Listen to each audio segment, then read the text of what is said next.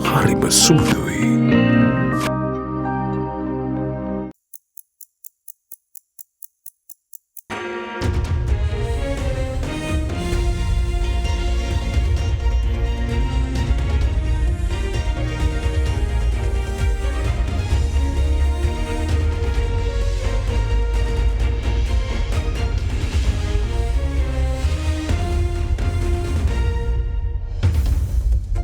Tonight on First at 9 this Sunday the 17th of March 2024.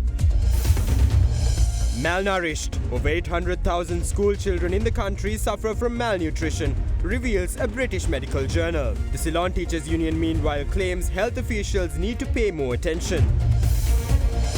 Power of the lobby. Vested interests prevent amendments to the tobacco tax, reveals M.A. Sumanthiran. But there are vested interests that don't allow those measures to be implemented. Commends the government for implementing progressive reforms aiding the estate community.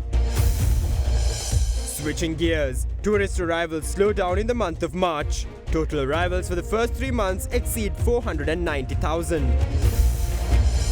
Royal resumption. Royal Thai Airways to resume Sri Lankan flights after hiatus of 4 years. ඔබේ විශ්වාසය දෙනු සෙන්සුරයින් දැන් ළඟමැති ෆාමසියෙන් ලබාගත හැක. This is Derana First at 9. Live from Studio 24 in Colombo. Good evening and welcome to Derana First at 9. Hope you're having a great Sunday evening. I'm Aditya Drisingh joining you live with the latest in Sri Lanka and around the world. Now in your top story tonight, MP of Ilanki Tamil Arasu Katchi M.A. Sumanthiran says that the gap in state revenue can be easily bridged through the tobacco tax. However, the minister went on to say that vested interests prevent legislative amendments which could address the situation. Speaking at a current affairs program at Hyde Park with Indivari Amuwatta, MP Sumanthiran commented on the country's commitment towards human rights obligations and claimed that authorities have made various commitments at international fora only to later observe them in the breach. The minister also commended the government on the recent measures taken by the government to uplift the living standards of the estate community. Concern about taxation here again is that the rich and those who evade taxes are given an opportunity to continue to evade taxes. Do you have a counter proposal to arrest this situation? Yes, there are several proposals that we have made. In fact, I've made it public as well. For instance, tobacco taxation policy is something that I raised when I was chair of the Public Finance Committee of Parliament during last Parliament. Very easily we can bridge the gap. We are shown with data that is policy. But there are vested interests that don't allow those measures to be implemented. In fact, at the discussion on Monday with the President, I told them an anecdote when I was chair of the Public Finance Committee, and I, by the way, asked some of the Treasury officials, tell us your taxation policy on tobacco at the next meeting. Before I went home, there were packets of information delivered to my house from Ceylon Tobacco Company. Senior President's Council calling me and saying, we want to come and meet you and explain this to you. Somebody tried to retain me to appear for a small trader in Jaffna who had sold a cigarette without it being in a packet. That's a kind of vested interest that you have, very powerful, very wealthy. So I can imagine what kind of pressure they bring about on personnel in the government to let them evade taxes. At a time when Sri Lanka faces critical questions at international fora in terms of human rights, commitments or accountability, what is your view pertaining to the country's accountability and compliance with human rights commitments made to the international community? Country has time and again made various commitments only to observe them in the breach. So that's a serious concern that we continue to raise at those fora. We are part of a civilized community of nations, and as responsible member of the United Nations, we must ourselves comply with the commitments we make as a country and not to breach them. Unfortunately, with regard to accountability and various human rights obligations, we have only observed them in the breach. The land issue, the government assures that it is in the process of solving. You have raised certain concerns. Yeah, we have raised that concern because people's private lands are still being occupied by the military long after the violent conflict ended. There is no necessity for the military to continue to occupy that. It is true that the government has returned a lot of the private land, and that must be acknowledged, and I have done that at every opportunity. More than 80% of the private land have been been returned, and that haven't happened during the last government. But still, large swaths of land are still being occupied by the military and not enabling people to get back to their livelihood activities, particularly farming, etc. There is one strip of land next to Palale Airport where the military is cultivating the land, taking the produce out of that land and selling it to the owners who are in welfare centers. That's not acceptable. Government has taken measures in terms of the estate community, and these measures are seen as progressive. Very progressive. Some may question whether these are targeting elections. Well, I don't want to make a judgment call on that. Every measure that any government takes, if it is progressive, they get votes for it as well. That's why you have. But to give them land ownership, to give them housing, is a very, very progressive step indeed. Something that ought to have been done long time ago. And I must commend the government for taking initiative on that. New Dulux Pentolite Hygiene Plus. Refreshing walls for generations. Now, as Sri Lanka reels in the aftermath of a grueling economic crisis, the Ceylon Teachers Union reveals that 16.4% of school children in Sri Lanka are suffering from malnutrition. The union disclosed this data citing a British medical journal which also ranked the country second globally for the most dangerously underweight girls aged between 5 and 19 years. Speaking at a media briefing yesterday, the Ceylon Teachers Union said that 28% of school children in the Anuradhapura district suffer from malnutrition. On the 29th of February, the British medical journal The Lancet published an article on child malnutrition and underweight girls in Sri Lanka. The Lancet publication, which covers data until 2022, also ranked Sri Lanka second globally for the highest number of dangerously underweight girls aged between 5 and 19 years. Citing the British Medical Journal, which revealed that approximately 410,000 girls in Sri Lanka are categorized as underweight, the Ceylon Teachers Union raised concerns pertaining to child health in the country. Addressing a media briefing yesterday, the Ceylon Teachers Union added that 28% of school children in Anuradhapura district are suffering from malnutrition. The union claims that the force driving malnutrition is the complete collapse of the streams of household income during the crisis. A publication released by a British medical journal, The Lancet, revealed that 16.4% of school children between the ages of 5 and 19 years in Sri Lanka are suffering from malnutrition based on a research conducted by medical professionals. In total, that figure corresponds to 860,000 children of the country. The publication further revealed that 28% of school children in Anuradhapura are suffering from malnutrition. The situation in Anuradhapura is the most severe of them all. In addition, it has also been identified that children residing in Polonnaruwa and the Bulagal areas, as well as in Mullaitivu and Kilinochchi in the northern province, are severely affected by malnutrition. Meanwhile, according to the latest statistics issued by the Family Health Bureau, in 2023, 17.1% of children under 5 years are underweight, marking an increase from the 15.3% reported in 2022. Additionally, in 2023, the percentage of children under 5 years of age suffering from stunting stands at 10.3% compared to the 9.2% in 2022. Observing these facts and figures, the Ceylon Teachers Union highlighted the government's responsibility to address this very serious issue affecting Sri Lanka's future. Health officials need to pay more attention to this issue. At present, we see an increase in the number of school children who can't bear to stand outside for long since they faint under prolonged exposure to sunlight. Further, the number of school children coming to school has also reduced as a result. We need a solution to these issues. Measures should be taken to provide these school children with a nutritious meal. Now in other news, a meeting to discuss the launch of a new mobile application called Cleanup Coordination App convened at the Presidential Secretariat recently. The app will be launched with the aim of enhancing cleanliness and waste management in beaches. The meeting was chaired by Senior Advisor to the President on National Security and Chief of Presidential Staff Sagala Ratnayaka. The introduction of this mobile application is facilitated through the intervention of the Coastal Conservation Protection Authority. The application aims to formalize coordination among institutions and organizations engaged in the sustainable development of coastal and marine environments. The Chief of Presidential Staff Sagala Ratnayake emphasized the importance of commitment from all institutions responsible for ensuring the sustainability of ocean and coastal areas in maintaining cleanliness. He went on to highlight that the new mobile application will serve as a tool to facilitate these activities efficiently. In the meantime, the Coastal Conservation and Protection Authority emphasized the importance of cleanup efforts involving public and private institutions as well as non-governmental organizations. The introduction of the mobile application is expected to enhance the coordination of these activities for more effective waste management. Now, in your political news, leader of the Samagi Jana Balawegaya, Sajith Premadasa, stated that his party will prioritize the youth of Sri Lanka while developing the nation's economy. The SJB leader went on to assure that the freedom of the youth will be protected, while adding that his party will ensure the right of the country's youth to carry out peaceful protests.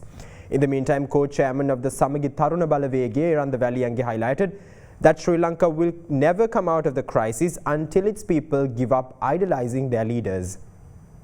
The Kurunagal Youth Rally of the Samagi Jana Balawegaya was held in Kuliyapitiya under the patronage of SJB leader Sajith Premadasa. මං කියන්නේ නෑ මේ රට සම්පූර්ණයෙන්ම විනාශ කළේ දේශපාලඥයෝ පමණක්ම කියලා.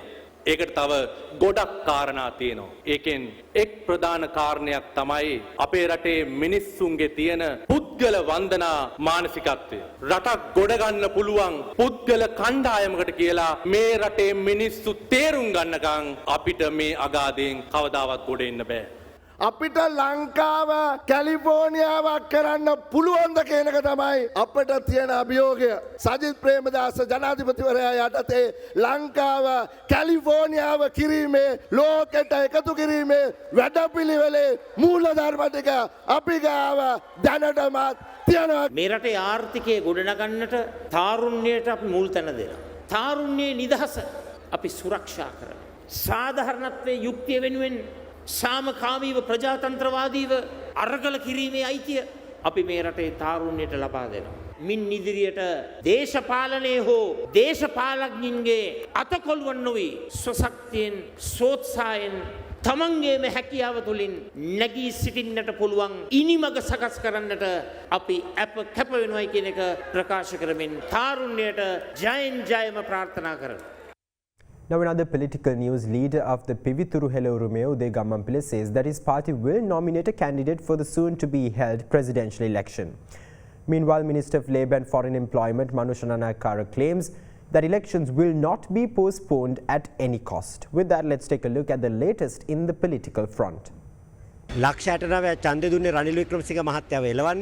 ඒ නිසා ඒ ලක්ෂ 69 අභිලාෂයන් ගෝඨාභය රාජපක්ෂ මහතා බොඳ කරත් ගෝඨාභය රාජපක්ෂ මහතා ඉටු නොකර පැනලා ගියත් ඒ අභිලාෂයන් ඉටු කරන වෙනුවෙන් අපි අනිවාර්යයෙන්ම අපේක්ෂකයෙක් ඉදිරිපත් කරනවා. ලක්ෂ 69 ජනවරම නම් CC කට කැඩිලා බිඳිලා විසි වෙලා ලක්ෂ 10ක් 15ක් විතර තමයි ඒගොල්ලෝ ගාවේ 69න් ඉතුරු වෙලා තියෙන්නේ. ඊය මැතිවරණේ ලක්ෂ 56ක් ගත්ත අපේක්ෂකයා තමයි මේ රේස් එකේ ඉස්සරහින්ම ඉන්නේ. පොදුජන පෙරමුණ කෑලි කෑලි වලට කැඩෙනකොට ඒ සියලුම වාසිය ගන්න තිබුණේ ශ්‍රී ලංකා නිදහස් පක්ෂයට. හැබැයි අවාසනාවකට ඒ කැච් එක අපි අතහැරලා තියෙනවා. ඒ නිසා අපි මානුෂීය ජනතා සන්ධානය කියන සන්ධානයත් එක්ක ගොඩනැගිය යුතුයි. පක්ෂ 18කට වැඩි ප්‍රමාණයක් අපිත් එක්ක ලබන බදාදා එකතු වෙනවා. දැවැන්ත සන්ධානයක් ගොඩනගන්න. අපි උත්සාහ කරා සියලුම දේශපාලන පක්ෂ විරුද්ධ පක්ෂ එක්කව කරන්න. සමහර දේශපාලන පක්ෂ යම් යම් තක්සේරු තියෙනවා. එයා හිතනවා ඒ අයට ඉන්න තනියෙන් ගිහිල්ලා දෙන්න පුළුවන් කියලා. ඒ අය එකතු වෙන්නේ නැහැ. හැබැයි එකතු කරගන්න පුළුවන් අනිත් බලවේගයක නිසා අපි එකතු කරන්න මැදිහත් වෙලා දැන් ඒ එකතුව මේ මාසය ඇතුළතදී මහා සන්ධානයක් හැටියට එළි දැක්වෙනවා. එතකොට ජනාධිපතිවරණයකදී අපි මේ සන්ධානය ඔක්කොම පෙළ ගැහෙන්නේ සජිත් ප්‍රේමදාස මැතිතුමාව ජනාධිපති කිරීම සඳහා.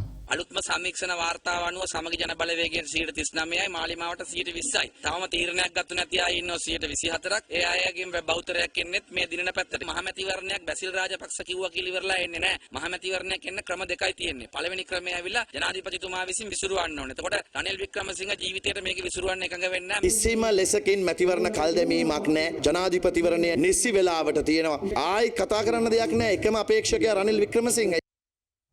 Now taking you straight to some more local news, a Sri Lankan couple allegedly engaged in human trafficking submitted themselves to the Human Trafficking, Human Smuggling and Maritime Crimes Division of the Criminal Investigation Department today.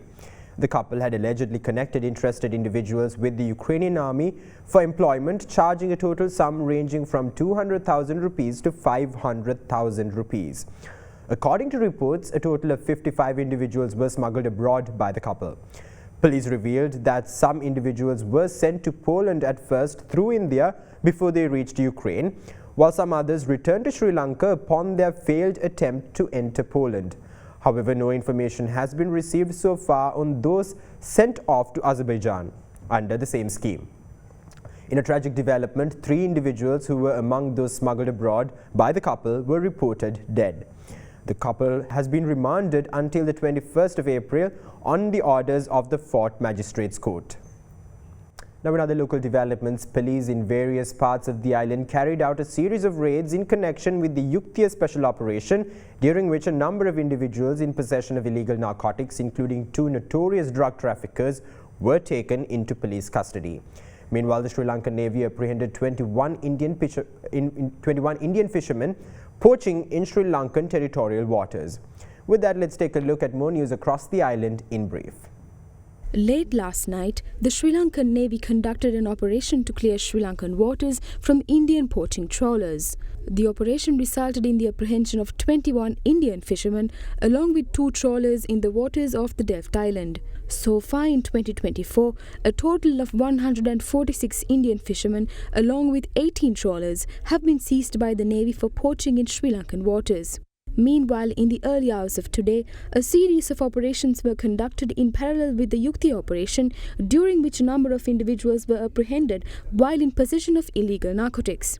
Police in Bandaragama apprehended the drug trafficker known by the alias Akkarate Chatu with 5.3 grams of heroin in his possession. In another operation conducted at the dedicated economic centre in Thambutegama, 35 individuals in possession of various narcotics were taken into custody. Meanwhile, in Borala, the notorious drug trafficker Sulochana Alvis, alias Kondasudu, was apprehended while in possession of over 12 grams of crystal methamphetamine. Meanwhile, in Thalgaswala, 2 suspects were apprehended in connection with the fatal shooting in Pittigala, which took place on the 11th of March. The individuals arrested are suspected to have opened fire in front of a shop in Guruvilla Junction, killing 2 people and critically injuring 2 others. 3 mobile phones and 2 motorcycles believed to have been used for the crime were also taken into police custody. In other local news, 2 boys aged 11 and 14 reportedly drowned while bathing in the Polvatha River in Yakkalamulla Gaol. Following the incident, the boys were rushed to the Imaduwa hospital, however they were pronounced dead on admission.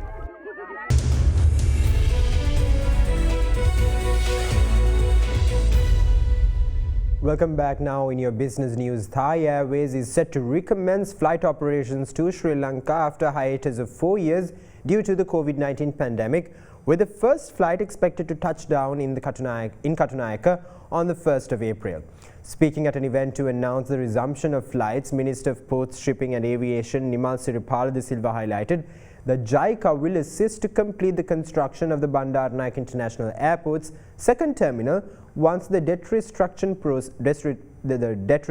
process is successfully completed. An event to mark the resumption of Thai Airways' long-standing flight service between Thailand and Sri Lanka was held in Colombo yesterday. The event was held under the patronage of Minister of Ports, Shipping and Aviation Nimal Siripala de Silva. The flight service, which was stalled during the COVID pandemic, is to be resumed after a hiatus of 4 years as decided by the Royal Thai Airways. The first flight is scheduled to arrive in Katunayaka from Bangkok, Thailand on the 1st of April. According to the flight schedule, a Thai flight will arrive at Katunayaka Airport from Bangkok every day and fly from Katunayaka to Bangkok on the same day.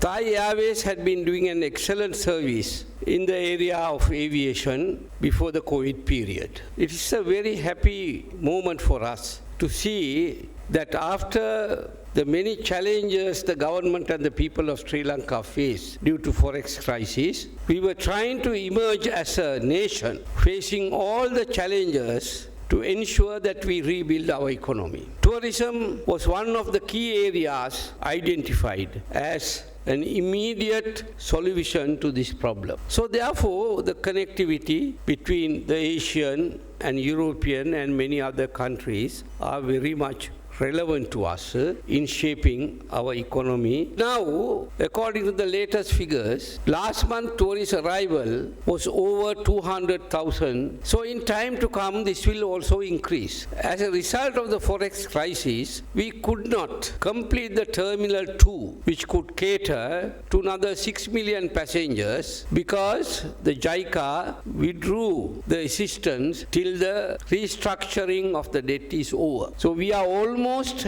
at the last stage of debt restructuring. The finance minister of Japan arrived in Sri Lanka 1 month ago, and I had a special meeting with him, and he assured me that the Terminal 2 building, the JICA assistance will be extended as a priority project when the debt restructuring is over.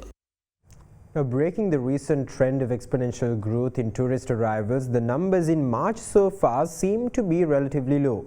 Even with a comparatively lower tourist turnout in March so far, a total of 67,114,000 tourists have arrived in Sri Lanka, raising the total tourist arrivals during 2024 to 493,717. Sri Lanka's tourism has been taking a turn for the better since the beginning of this year, with the month of February recording a substantial 218,350 tourist arrivals, surpassing the total arrivals in January. This also marked the second consecutive month with over 200,000 arrivals, as well as the highest number per month since January of 2020. However, in contrast, the numbers recorded in March so far are relatively low, with a total of 67,114 tourist arrivals recorded during the first 10 days of the month. With this increase, the total number of tourists welcomed by Sri Lanka currently stands at 493,717. Nevertheless, a total of 47,221 tourists have visited the country during the first week of March, compared to the 52,361 arrivals recorded during the first 7 days of February. The highest number of tourist arrivals this month was reported on the 2nd of March, amounting to a total of 8,085 tourist arrivals. A majority of the tourists were welcomed from Russia, amounting to a total of 9,783, while India came close in second with a total of 9,735 tourists. Further, a significant number of tourist arrivals were also reported from Germany, the United Kingdom, China, France and Australia. Now, in other business news, during last week's auction, Sri Lanka tea prices averages fell, with low groans continuing to weaken while high and medium groans slightly gained. Sri Lankan tea prices have moved up in 2024 both in rupee and in dollar terms. According to the data issued by the Ceylon tea brokers, the national weekly sale average fell by 5 rupees and 66 cents to 1,338 rupees and 73 cents a kilogram this week, from 1,334 rupees and 39 cents. The weekly average was $4.36 a kilo, up from $4.47 a week earlier. Prices have gained from an average of $3.66 a kilo seen at the last auction in December. A total of 4.7 million kilos was sold by public auction. The weekly average of Sri Lanka's highest priced tea, the low grown, fell by 10 rupees and 16 cents to 1,338 rupees and 38 cents, while medium grown average went up by 2 rupees and 56 cents to 1,217 rupees and 39 cents. Meanwhile, the high grown weekly average rose by 32 rupees to 1,301 rupees and 52 cents a kilogram.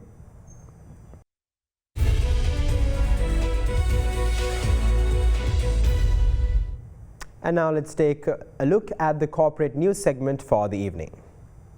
The Construction Expo 2024, organised by the Ceylon Institute of Builders, was held from the 15th of this month up until today at the Sirimal Bandaranaike Memorial Exhibition Hall at the BMICH. The expo, aimed at promoting the construction industry in Sri Lanka, showcased the latest technology and development added to the building and construction sector, with renowned industry experts, stakeholders and decision makers in attendance. Trade visitors from Sri Lanka and neighbouring countries utilised the event to exhibit their inventive products with new features.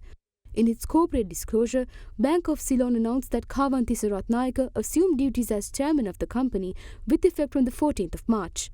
Ratnayaka has headed a wide cross-section of private and public sector entities in finance and banking, telecommunication, technology, tourism and media. He has previously served as the chairman of the National Development Bank PLC, the Sri Lanka Ports Authority and the Sri Lanka Tourism Development Authority.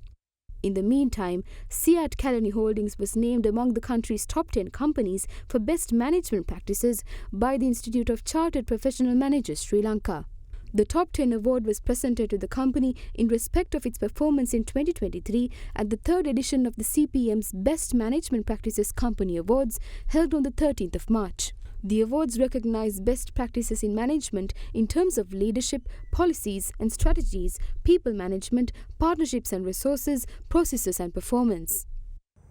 And with that, we wrap up tonight's edition of Adaderana First at 9. Stay in touch with us on www.adaderana.lk for the latest developments around the clock. Thank you. Have a great night.